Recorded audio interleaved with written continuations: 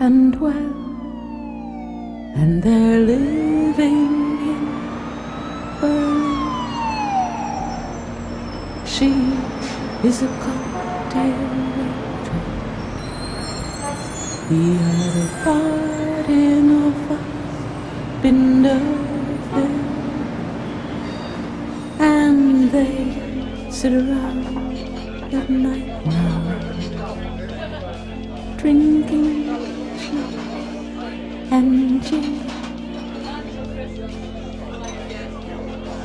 He says I've wasted my life on our stupid pleasure, when my one and only love was the key.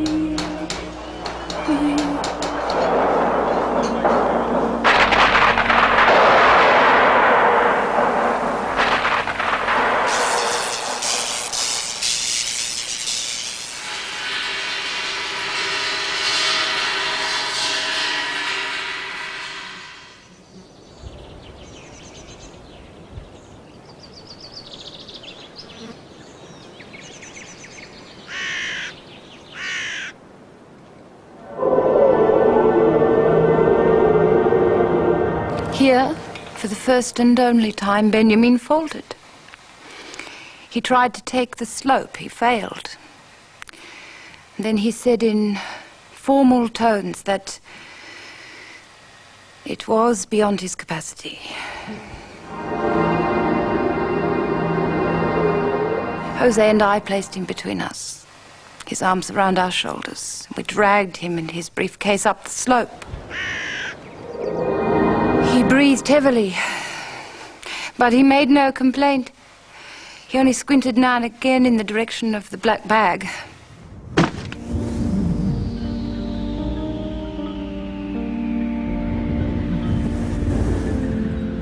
The world is the German word is zerstreut.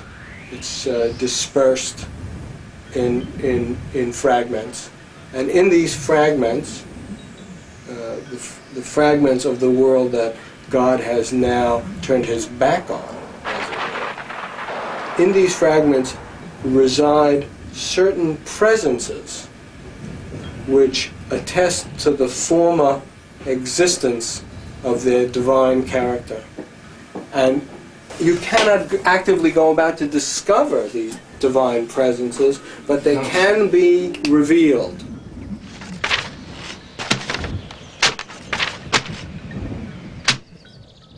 You know, Freud always used the expression picklocks to describe how he tried, the different ways that he tried to get into the unconscious. In other words, as a thief kind of trying to figure out different ways to get through a door. There was always the dream, the joke, the Fehlleistung, the parapraxis, slip of the tongue, the free association, whatever they were, these were simply means to get behind this locked door, right?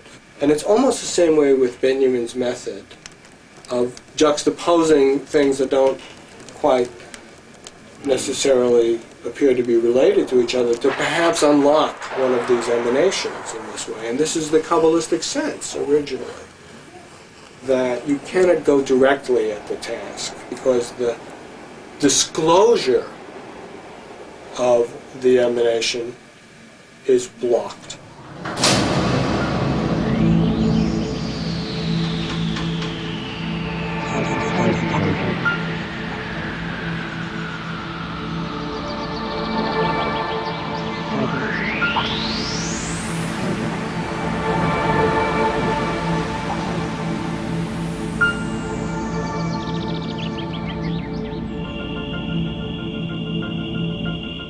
Came to a pool.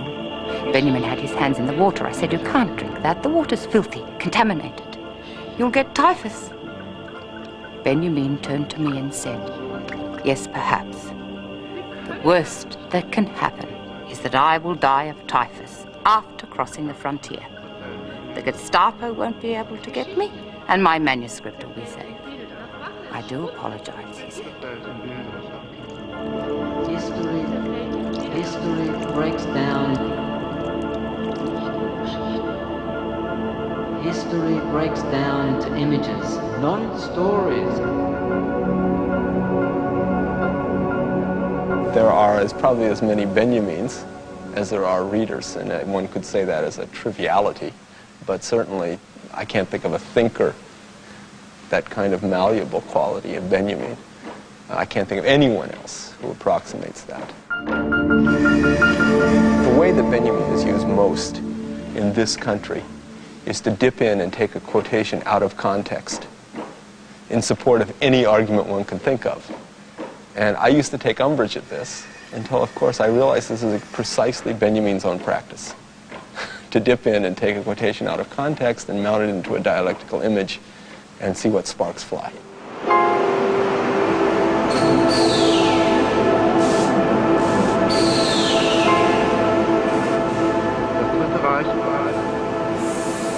Ist ein Zug. Third right is a train that does not leave Bevor alle eingestiegen sind. until everyone is on board. The 25th of September 1940, this group arrived at the border post in Port Bow.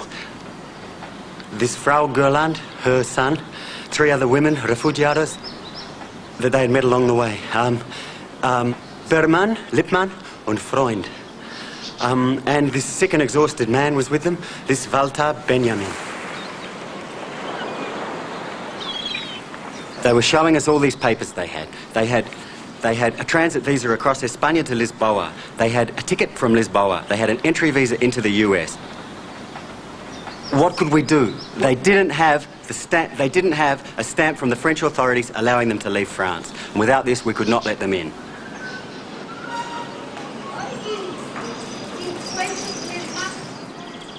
This night, this Walter Benjamin in his hotel takes a large quantity of morphine compound, and in the morning he's dead. And this leads to all sorts of problems. He's a Jew, it's a Christian town, where's he going to be buried? It was very inconvenient.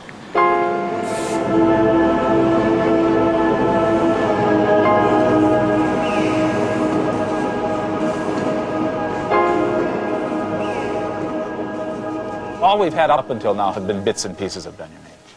We've just had fragments of him, which may seem like a perfectly appropriate thing to have of such a man who talks about fragments all the time and whose masterpiece, the Passagen Fair, is in fragments, but it's unsatisfactory. There's been a sense that there is an iceberg out there, but all we've had is the tip of the iceberg. And there is also the sense that we aren't really going to understand this man and his ideas unless we have a lot more of him. There's a lot. He is available in German. He is available in Italian. The Italian edition includes everything. Our edition will only include about 2/3 of the essays. But the important thing that we're trying to do with the 1,500 pages of essays is to reorganize them in a way that will be pretty easy for an Anglophone reader to come to understand them, because they're going to be put in chronological order. And so that one will be able to see that on one day Benjamin is writing a book review, and the next day he's writing a piece of metaphysical philosophy.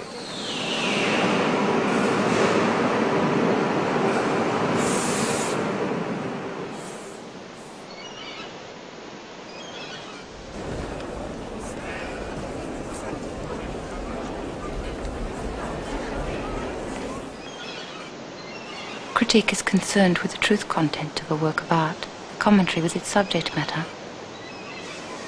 The history of works of art prepares their critique, and this is why historical distance increases their power.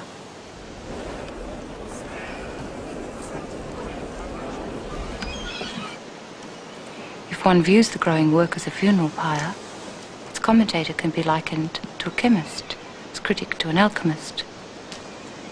While the former is left with wood and ashes as the sole object of his analysis, the latter is concerned only with the enigma of the flame itself, the enigma of being alive. Thus the critic inquires about the truth, whose living flame goes on burning over the heavy logs of the past, the light ashes of life gone by.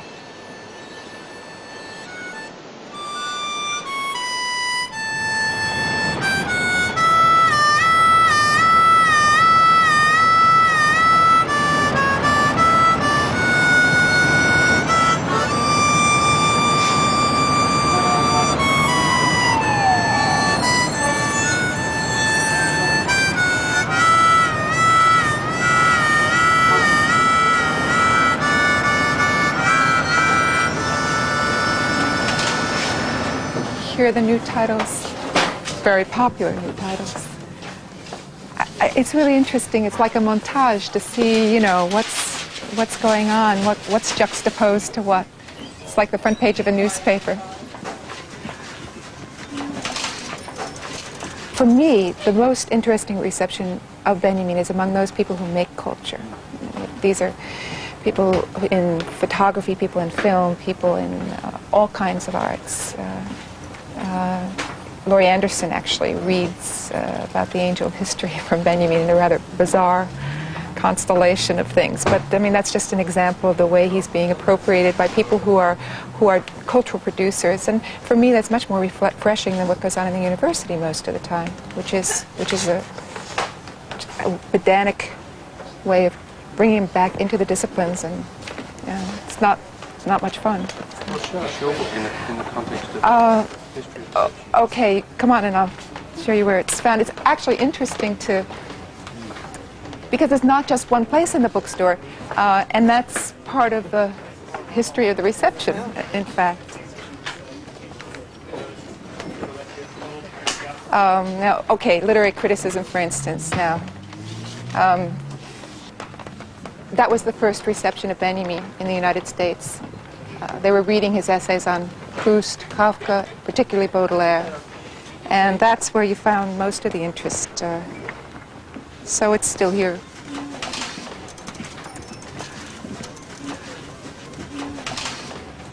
Just on the other side here, cultural theory, critical theory. Well, critical theory is the old word, but cultural theory, cultural studies, that's something new. And it's going on in the universities in an attempt to bring mass culture into the canon, into the traditional disciplines in a way that justifies its study, and I think it's a good thing. So here it is among all the Benjamin translations, I notice. It's not in philosophy, and that's weird to me because I thought I was writing a picture book of philosophy, that's what I called it. And yet, he's not taken, I mean, you don't find him next to Wittgenstein and these kinds of people. I mean, it just doesn't look right yet, right? For me, it was terribly important working on the Passagenwerk, which is incomplete, full of notes that have very, very vague references to how they fit into the whole that he, of course, never wrote. If I found an image that was relevant to that which he was describing, then suddenly I understood his description in a way I never could if I didn't have that image. And that's why I included, there are over 100 images in the book, and I included them not as illustrations of a point in the text, but as the point itself, the point itself.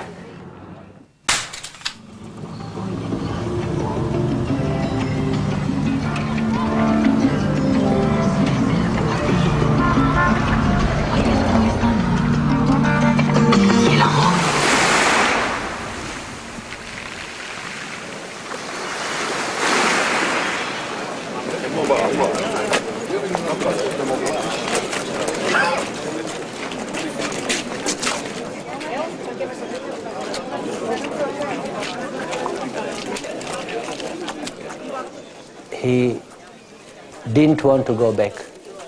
Absolutely. He knew exactly what is waiting for him there. His brother was in Dachau, I think. His life, in a way, has a kind of mystery. And his death is the same. And the same that we don't know where he was buried even. I mean, it has to do with this personality. It's very strange how the destiny of a man, if it exists, is going with him, following him. It's very strange. And here, to go up, you have to struggle. It's not an easy way to go. And I will create perhaps even to make it even more difficult to go here. And if you continue, you come to the other door that was blocked of the cemetery of unreligious people. He was buried there, probably. It's closed. So by chance, this line is going to the place where he was buried after his suicide.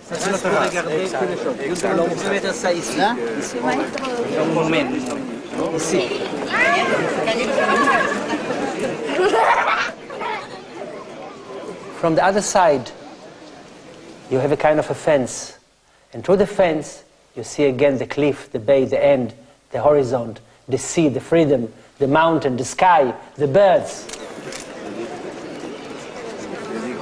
I look down, and between the rocks in the water, I've seen something very, very impressive. The water was turning around, going down.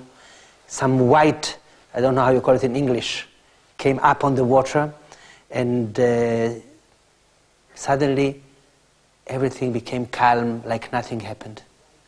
And that repeated himself and repeated himself and repeated himself like a bit of a heart. And it looks to me like really an open heart. And I said to people, what can I do more than that? It means this is the story of this man. Nature is telling it in such a strength and force, and with such a kind of impact and impression. And I thought, how should I bring people down to see that phenomenon? And then came the idea to cut the mountain and to get in the mountain and to come to a point where you cannot go more. And you are like, you stopped by a glass. And on the glass is written 1 or 2 sentences from Benjamin.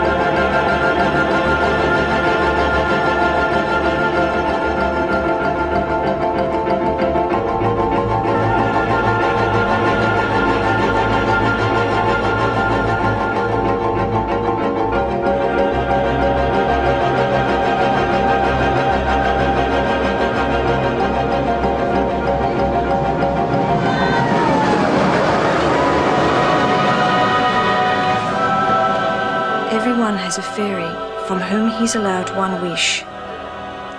But few are wise enough to recollect the wish they made, and thus few recognize its fulfillment later in their own life.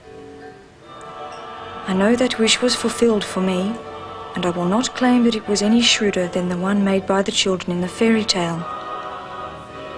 It formed in me with the lamp as it approached my bed, early in the winter morning, 6:30, and cast the shadow of the children's maid on the blanket.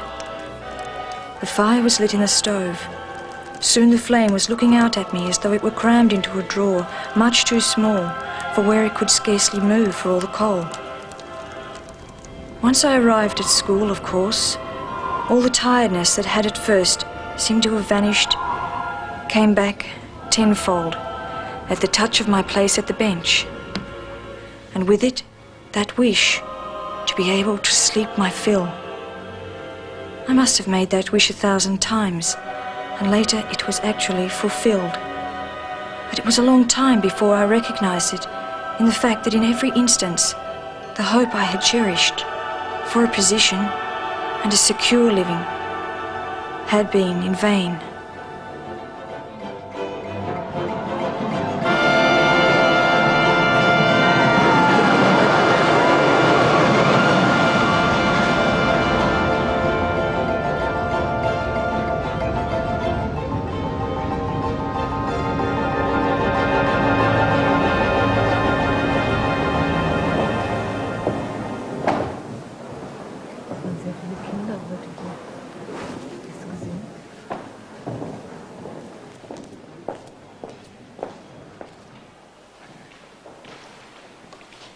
Well, it's a very fortuitous coincidence that you've come to Berlin during this major exhibition on Jewish life in the world, because the tension, it attempts to show the tension between secularization, desecularization, how Jews assimilated and failed to assimilate in the cultures of the world. And this is the Berlin room, which is a magnificent collection.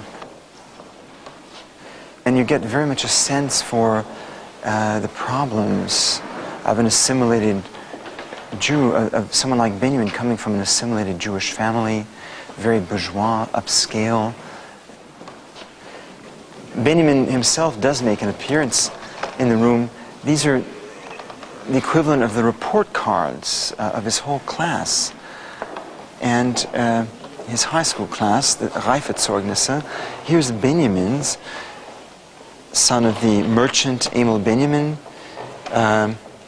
His grades weren't that outstanding, but the centerpiece of this exhibition is as essential to Jewish identity, if anything, the word, whether secular or ritual. And the interesting thing about this room is that there's a dialectic between word and image. Nowhere more dramatic than in the presentation of the one image we identify most with Benjamin, which is the Paul Klee. Oh, there it is. The Paul Klee, which he bought in the early 20s and used not only as the title of his planned magazine, Angelus Novus, but played an important role in his thesis on the philosophy of history. There is no document of civilization which is not at the same time a document of barbarism. And just as such a document is not free of barbarism, barbarism also taints the manner in which it was transmitted from one owner to another.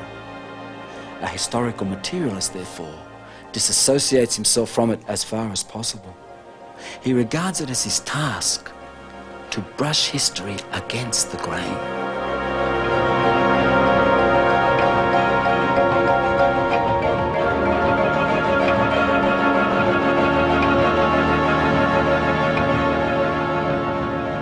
Benjamin and Arendt and the German Jewish intellectuals of that generation, I mean, they're separated by almost 15 years, but if we consider them as one generation,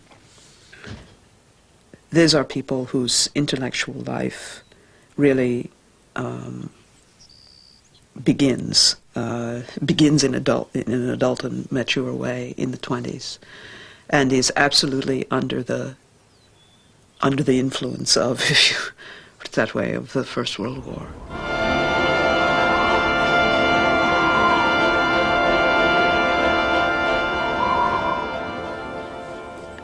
These are people who felt like they were on the moon, that they lived in a completely different world than any generation that had preceded them, that they were on a moonscape, that there was a quality of devastation and a quality of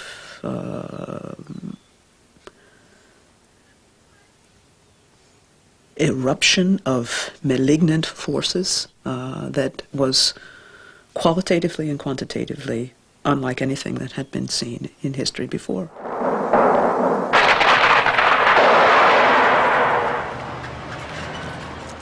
There hasn't been, I think, any generation since that has had that experience so strongly. Which I think, with Benjamin, and it's true of many others, but Benjamin is like a kind of a concentration of this. It sent them to look at the world with novel eyes, as though they were exploring the ordinary world around them, as though it had all been taken up from one period of time and put down in another. Everything had to be inquired about again with a kind of amazing intensity. All the traditions, in a way, went up in the smoke of the war. And they tried then to rethink all of those traditions from the start. Benjamin rethinking language itself, Bloch rethinking the religious impulse and spirit of utopia, secularizing it. Whatever it was that they were doing, they were rethinking the traditions which they saw were now ruined traditions. And this, this is Benjamin's motif throughout, that the tradition has become a ruin. And therefore things have to be rethought from the ground up.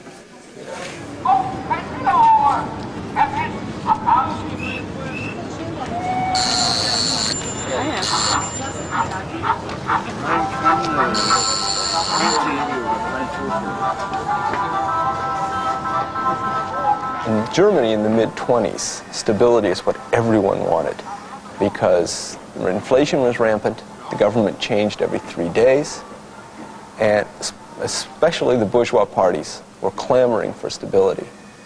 And Benjamin argued there that A, stability was often the stabilization of misery, right? The stabilization of conditions of oppression. And he argued, B, that the appropriate practice then was a destabilizing one, i.e. the montage practice, which broke down things into precisely images. Now, he then formalizes that theory as he begins to work on the Passagenwerk in the 30s. And what he objects to in narrative is precisely the appearance of seamlessness, of inevitability, of coercion in narrative. Whereas in montage, he wants significance to lie in those gaps. Though I think the most wonderful thing, and thing that's not too often cited in this regard, is one of the little sections in One Way Street, which is called Construction Site. Probably, maybe my favorite passage in Benjamin, in which he says that children are relentlessly attracted not so much to construction sites, but to the heaps of rubble that are produced at construction sites, because they like to build new things out of that which has been discarded.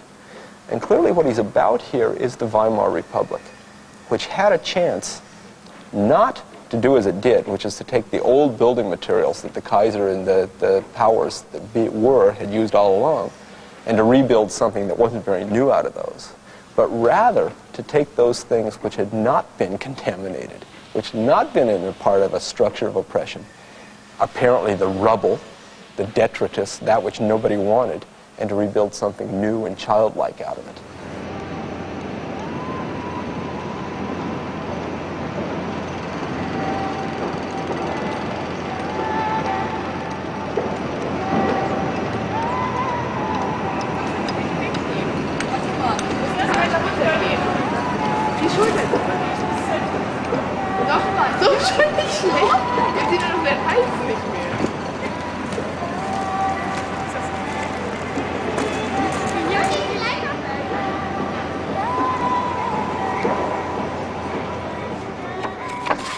This is a photograph of Walter and his brother George with his mother and father. There's another one here of them as children. This one's set against an alpine setting. They're dressed as mountaineers.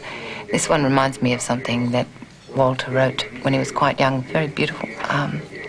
Youth is the beauty that sleeps and has no inkling of the prince struggling to liberate her, and that youth should awaken, should take part in the struggle being waged for its soul. Photograph here of Dora. He married Dora in 1916 and they had a son, Stefan. There he is. A year later, Stefan with his toys. Benjamin had a great fascination for children's toys. He used to collect them, and he and Dora also collected beautifully illustrated children's stories. It was one of the things that they fought bitterly over when they were divorced. He travelled a lot. There's a lot of photographs here of him in Ibiza and Capri. He said there were places in the world where he could earn a living and there were places in the world where he could live cheaply, but he could never find a place where these two things coincided. Angelus.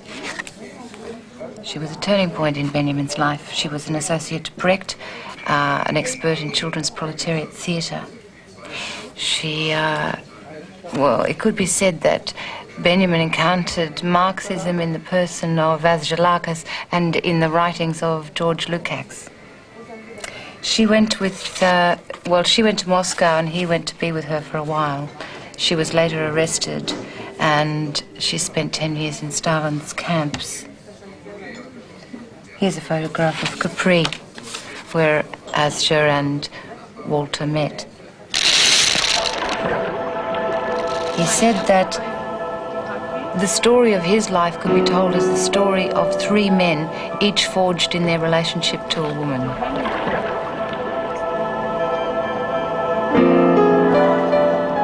My first impression. Glasses that projected light like little searchlights. Thick black hair, thin nose, clumsy hands. All in all, a solid intellectual, one of the well-to-do.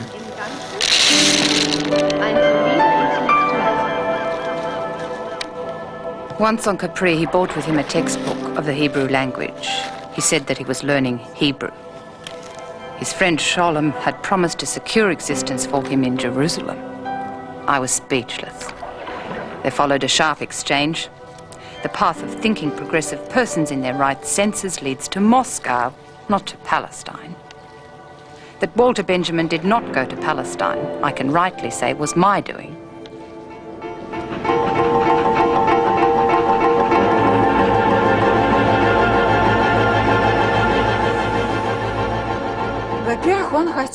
To begin with, he wanted to see my mother again.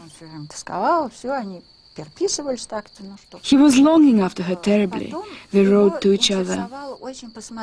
Secondly, he was interested in seeing Red Moscow and the Soviet Union with his own eyes. Lastly, he had doubts about joining the Communist Party in Germany, and this trip was to be a determining factor in his decision. Moscow, as it appears in the present, reveals a full range of possibilities in schematic form. Above all, the possibility that the revolution might fail or succeed. In either case, something unforeseeable will result. Its picture will be far different than any programmatic sketch one might draw of the future.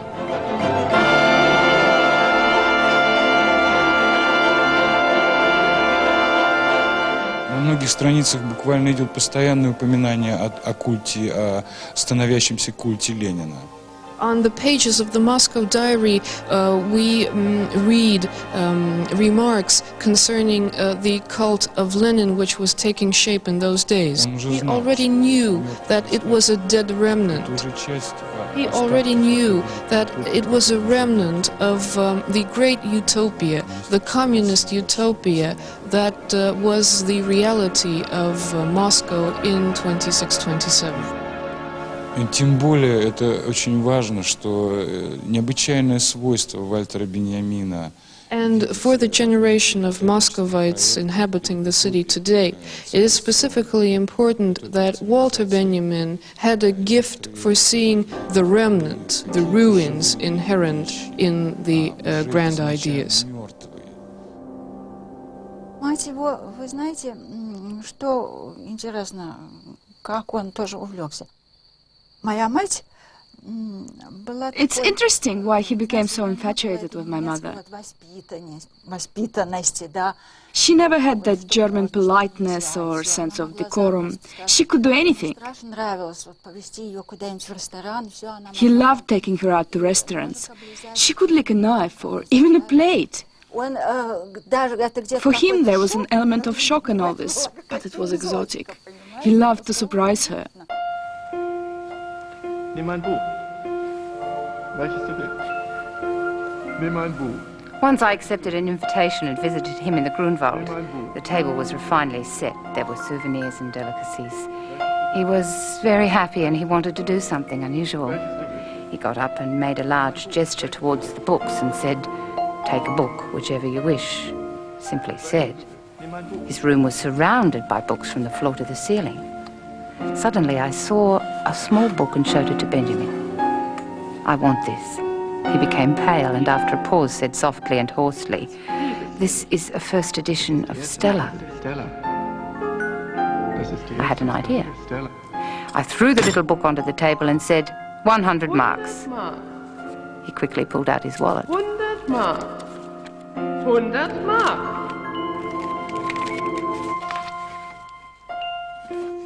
She was a very fiery-tempered woman, and he was not the easiest person to live with, and that did not end happily.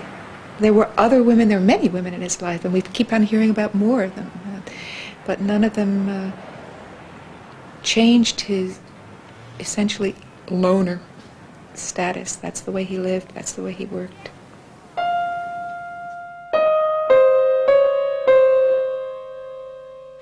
I have not yet understood your essay in the Journal for Social Research.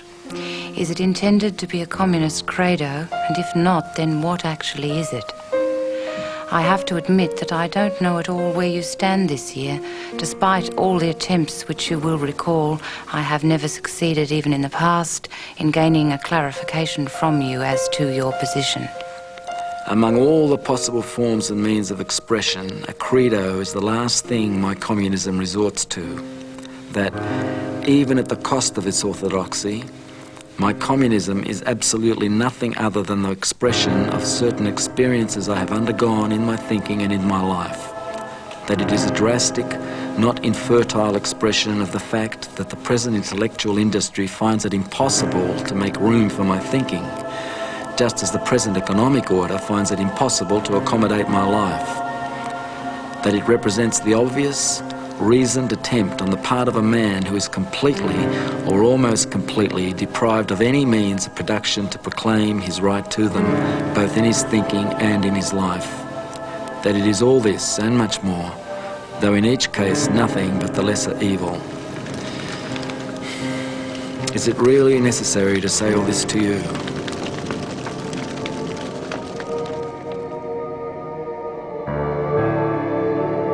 Sholem really wanted to save Benjamin's soul. And Benjamin didn't want to have his soul saved. He wanted to pursue things in his odd way. He wanted to be the collector that he talks about. He wanted to engage in the drift, the derive that the situationists talk about. He didn't want to pursue things to a certain goal. And so he resisted Brecht, he resisted Adorno, he resisted Sholem. The current disputes about the extent of his Marxism seems to me to use the jargon of Marxism in Benjamin's text like a token in a game. In so doing, the theological momentum which lies behind even his most secular formulations is cheerfully deleted.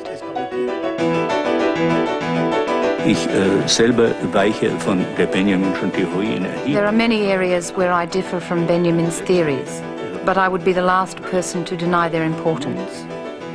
In his essay, Art in the Age of Its Mechanical Reproducibility, he developed the theory of the aura as the here and now of a work of art, an aura that is tied to its unique appearance. He says that the media of mass reproduction, of which film at that time served as an example, is incompatible with this aura, whereas I would say that the dissemination of works of art by technical means in such a way that they become visible simultaneously in countless locations cannot be reconciled with Benjamin's theory. And this is especially noticeable in the case of the televised concert or opera, where the specific here and now of the work is unchanged, regardless of whether it appears simultaneously on 100,000 or 1 million television screens. He writes the artwork essay just after Leni Riefenstahl has done the movie Triumph of the Will and all these other very successful aesthetic artifacts using mass culture, using mass media, produced by fascism. And he writes in a way not at all describing reality, but describing potential. And that's the optimism of the piece. And then at the very end, in the epilogue, he sounds a warning. The danger is that we have so separated these senses from our immediate bodily integrated experience that they are alienated, and they allow us, he says in the artwork essay, to contemplate, one thinks of a mass audience in a movie, human destruction as an aesthetic pleasure of the highest order, this kind of aestheticization of politics, which fascism then builds on. But there also is a utopian potential, and that is that there is a kind of extension of cognition well beyond anything that we have known before, and in a way that will actually make human beings capable of a kind of political consciousness.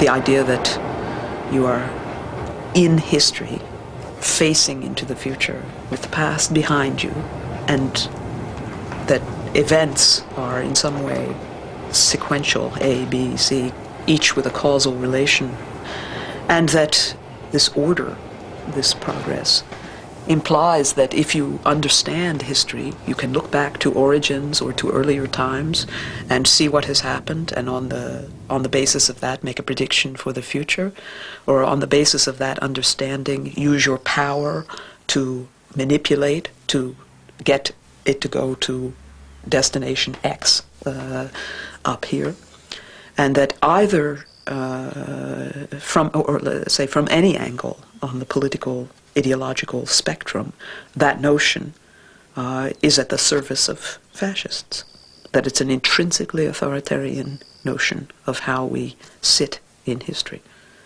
And his great effort was to think of how we are in history in a way that could not lend itself to fascism.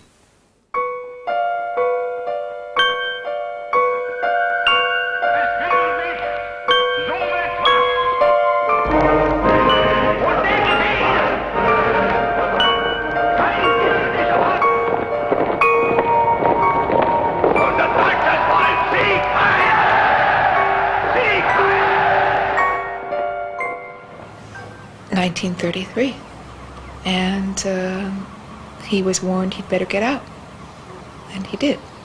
He went to Paris. À bâbord, la tour Eiffel.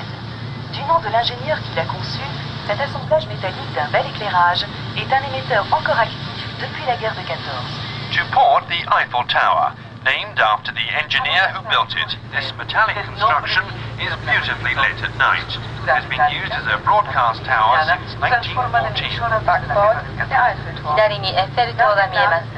医師エッフェルの名にちなんだこの塔は1900年パリ万国博のために鋼鉄で建てられました。現在も通信塔として使われています。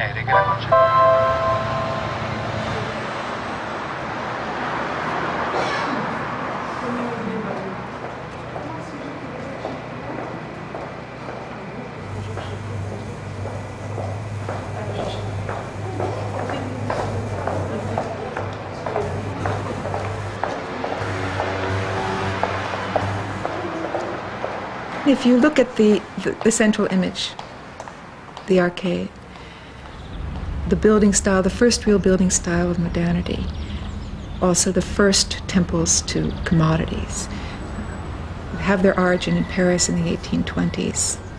And from there they spread as an international building style, the first international building style, and showed up everywhere. It was the first specifically mass structure. And it has this wonderful ambivalence of being a half dream world and half commodity marketplace, a place where passers-by would enter in a very distracted state because they were just going through to the other side and trying to stay dry or to get out of the noise of the city streets. In walking through this space, they would be distracted by display windows, offering every kind of enticement. A world in miniature, Benjamin said. And in that one space, you could find kind of an embryo, all of the elements of mass culture, the fashion, the types, the flaneur who walked through, or the whores, the prostitutes would assemble in these, and also call out to you as you passed by.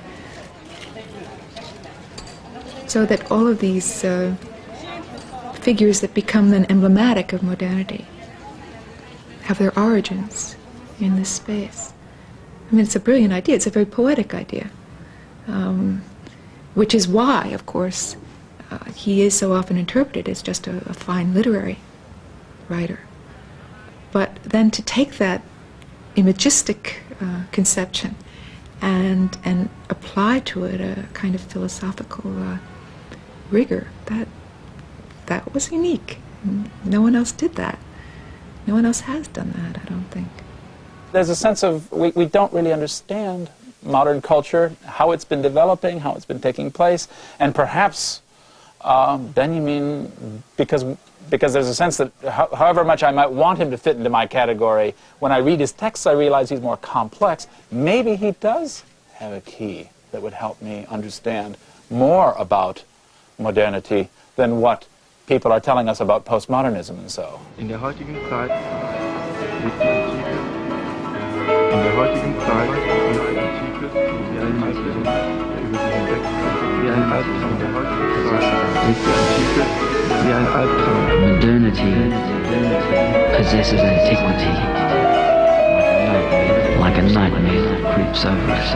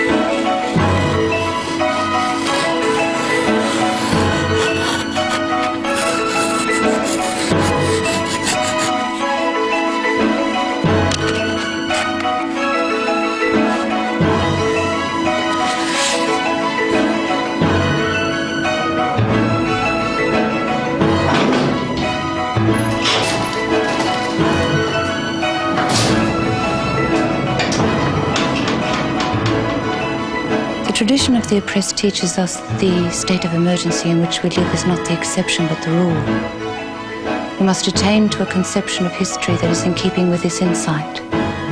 Then we shall clearly recognize that it is our task to bring about a real state of emergency, and that this will improve our position in the struggle against fascism. One reason why fascism has a chance is that in the name of progress its opponents treat it as an historical norm. Current amazement that the things we are experiencing are still possible in the 20th century is not philosophical. This amazement is not the beginning of knowledge, unless, of course, it is the knowledge that the view of history that gives rise to it is untenable.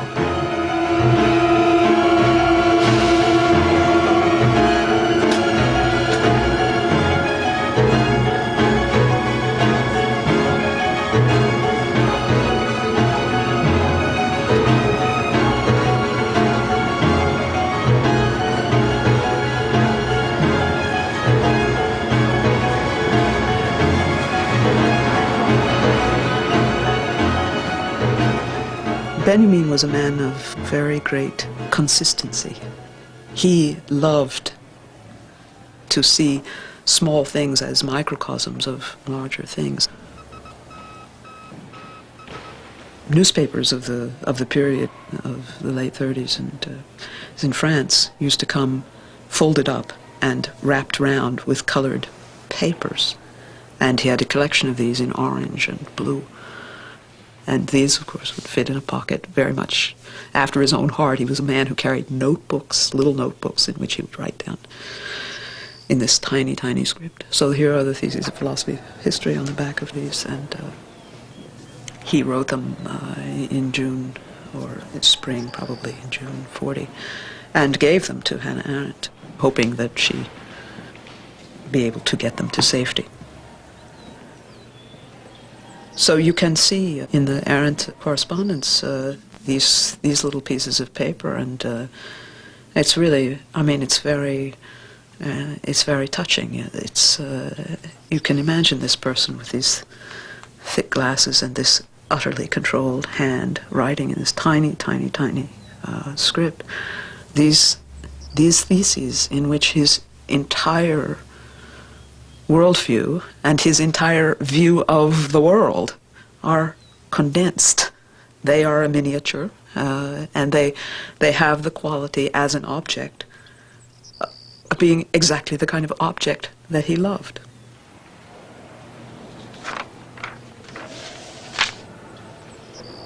It all feels, when you look at it, very much of a piece, an almost overwhelming feeling of closure to it. And considering that it is a document of a man who killed himself very soon after he wrote it, it has a kind of a sense of complete closure to it. It's very, it feels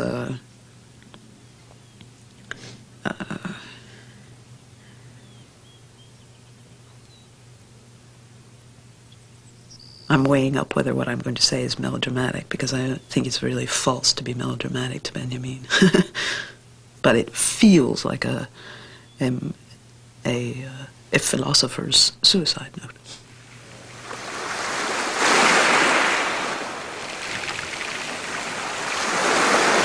To articulate the past historically doesn't mean to recognize the way it really was. It means to seize hold of a memory as it flashes up at a moment of danger.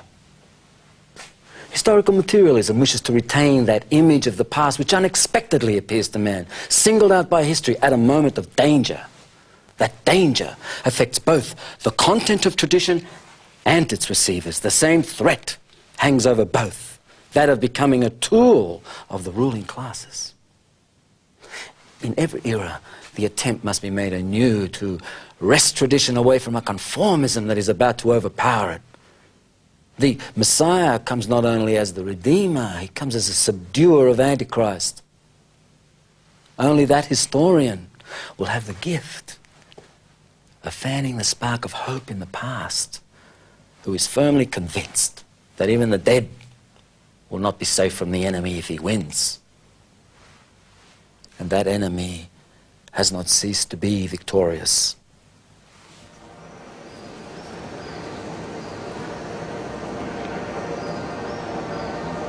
The border police in Spain would not let them pass. And it was that night that Benjamin took an overdose of morphine and committed suicide. Now, the briefcase was then given to the authorities, and no heavy manuscript was ever found. And some people, Scholem in particular, thought that that was the missing, completed Passagenwerk. My position on this is that there never would have been a completed Passagenwerk, that he never had intended to write a magnum opus. That wasn't the point of the project. It was open-ended. He constantly stole material for shorter pieces from the larger fund of notes. And he constantly reorganized them, so there was no one right way to put it all together.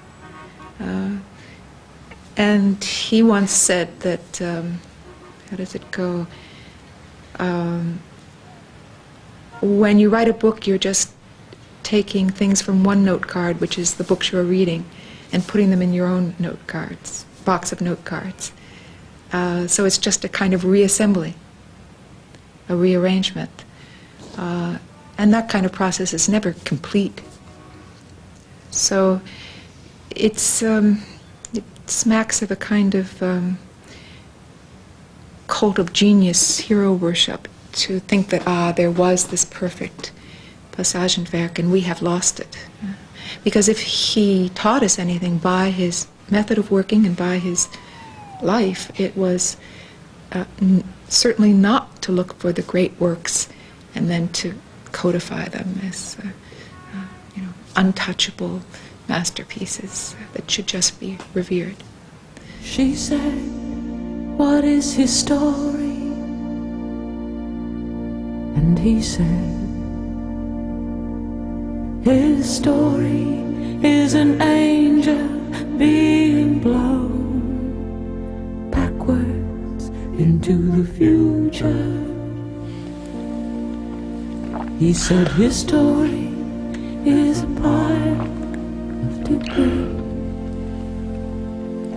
And the angel wants to go back and fix things, to repair the things that have been broken. But there's a storm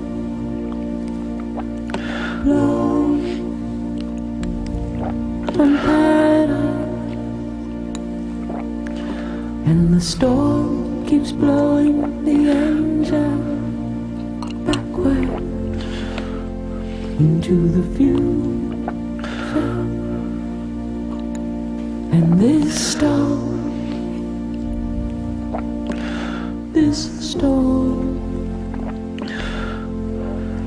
gone.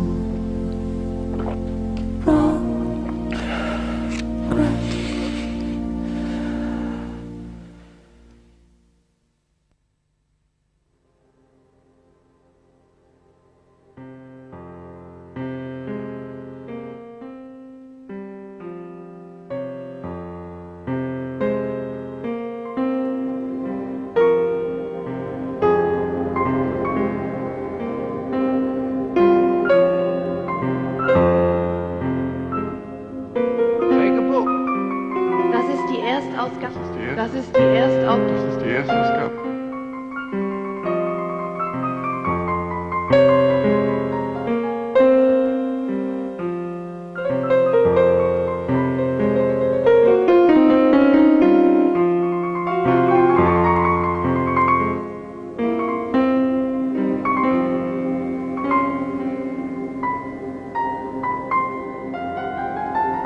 Take a book, whichever you wish.